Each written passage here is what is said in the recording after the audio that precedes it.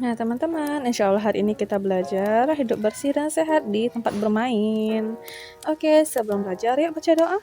A'udzu billahi minasyaitonir rajim. Bismillahirrahmanirrahim. Rabbi zidni ilman warzuqni fahman. Amin. Teman-teman, Ustazah ada sebuah cerita tentang taman bermain kesukaanku. Nah, Ustazah bacakan ya. Syakira senang bermain di taman dekat rumah. Taman ini adalah tempat bermain kesukaannya. Tidak hanya sendiri, dia juga mengajak teman-temannya. Syakira dan teman-teman merasa nyaman bermain di taman karena di sana banyak pohon yang rindang dan pemandangannya indah. Tak jarang, Syakira dan teman-teman juga makan kue bersama-sama di taman. Meskipun begitu, mereka tidak sembarangan membuang sampah.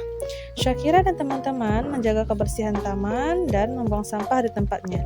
Selain itu, mereka juga menjaga fasilitas di taman dengan baik, seperti tidak mencari wahana permainan, bermain dengan baik, dan tidak merusak taman dan menjaga kenyamanan di taman bermain. Nah, dari teks tadi kita bisa menemukan beberapa kata sulit. Yang pertama ada nyaman. Nyaman itu artinya segar dan sejuk ya. Kemudian ada tempat bermain, artinya tempat untuk anak-anak bermain. Kemudian ada rindang, banyak cabang, ranting dan daun. Kemudian ada kata indah, artinya bagus dipandang mata. Nah, kita juga bisa mengenali ciri-ciri tempat bermain yang bersih dan sehat. Pertama itu, ciri-cirinya adalah rindang dan sejuk karena ada pohon pelindung. Kemudian tidak ada pecahan kaca dan kerikil yang berserakan. Yang ketiga, tidak ada sampah dan genangan air. Yang keempat, jauh dari hiruk-pikuk kendaraan di jalan raya. Sebaliknya, ciri-ciri tempat bermain yang tidak sehat dan yang kotor itu, pertama, dia tidak ada pohon, dia gersang dan udaranya terasa panas. Kemudian di sana terdapat banyak sampah berserakan dan ada pecahan kaca atau beling ya. Kemudian yang ketiga, banyak terdapat genangan air di kolong-kolong, di sampah botol dan lain-lain. Kemudian dia bising karena ada kendaraan yang lewat di jalan raya. Kemudian dari kata-kata tadi kita bisa membuat contoh kalimat. Yang pertama ada tempat bermainku bersih dan nyaman. Yang kedua, di taman ini banyak pohon yang rindang. Teman-teman, pernahkah antum melihat Ka'bah? Nah, pasti pernah ya. Antum pasti ingat bangunan Ka'bah ini bentuknya seperti apa? Nah, betul teman-teman, bentuk bangunan Ka'bah itu menyerupai sebuah bangunan ruang yang dinamakan dengan kubus. Ka'bah adalah bangunan yang berbentuk kubus. Ka'bah dibangun berupa bangunan tembok segi empat yang terbuat dari batu-batu yang berasal dari gunung-gunung di sekitar Mekah. Bentuknya seperti kubus. Kalau misalnya antum perhatikan, antum akan menemukan sisi, ada rusuk, dan pada bangun ruang itu ras garis itu sama namanya dengan rusuk ya teman-teman.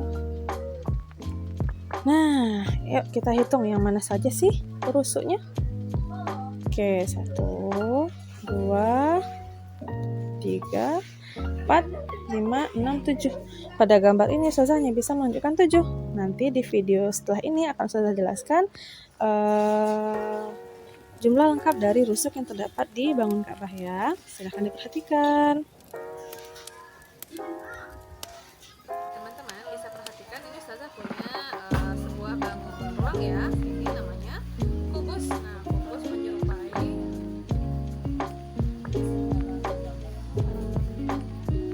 Oke teman-teman, sekarang Ustazah punya sebuah bangunan ruang yaitu kubus. Nah, Ka'bah yang tadi kita bahas bentuknya menyerupai kubus ya. Nah, dalam kubus ini seperti yang sudah antum lihat di gambar tadi, ini adalah rusuk. Nah, bagian yang di ujung-ujungnya ini rusuk.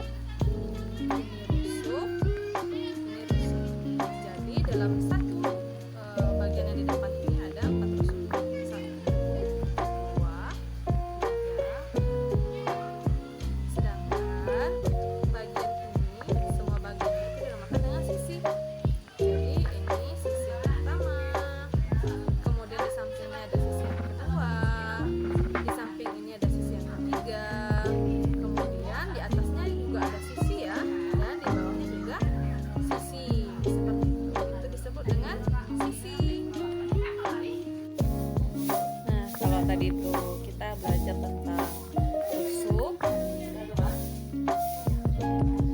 dan sisi. Sekarang Ustazah mau tunjukkan yang sebelah mana titik sudutnya. Nah, ini namanya titik sudut ya teman-teman.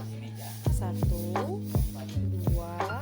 3, yang ini 4, 5, 6, 7, 8.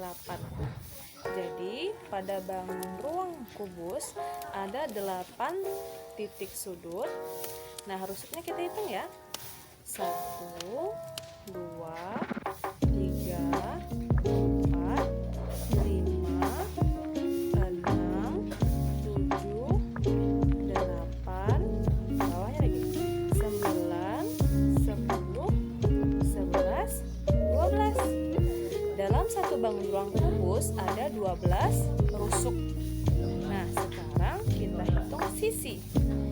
Sisi depan 1, 2, 3, 4, 5, 6. Jadi dalam bangun ruang kubus ada 6 sisi. Paham tuh? Nah teman-teman, sekarang Ustazah akan menjelaskan tentang bersatu dalam kegiatan di sekolah. Nah, kegiatan bersama-sama yang kita lakukan di tingkat kelas 2 itu di sekolah biasanya adalah merajaah hafalan bersama di lapangan. Kemudian kita ada berdagang hasil bumi. Kemudian kita juga pernah melakukan super camp. Berdasarkan kegiatan ini, kita akan menemukan beberapa macam keberagaman yang terjadi.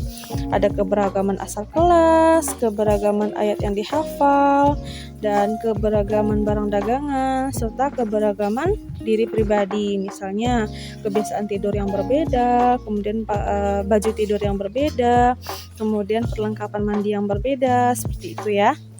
Sikap kita meskipun berbeda-beda dengan teman, meskipun berasal dari kelas yang berbeda, meskipun hafalan ayatnya berbeda, kita tetap bersatu dan kompak dalam mengikuti kegiatan. Seperti itu ya teman-teman. Sebaliknya, antum tidak boleh saling memusuhi. Jangan sampai ya, mentang-mentang antum berbeda kelas, antum jadi tidak mau berteman dengan kelas yang lain.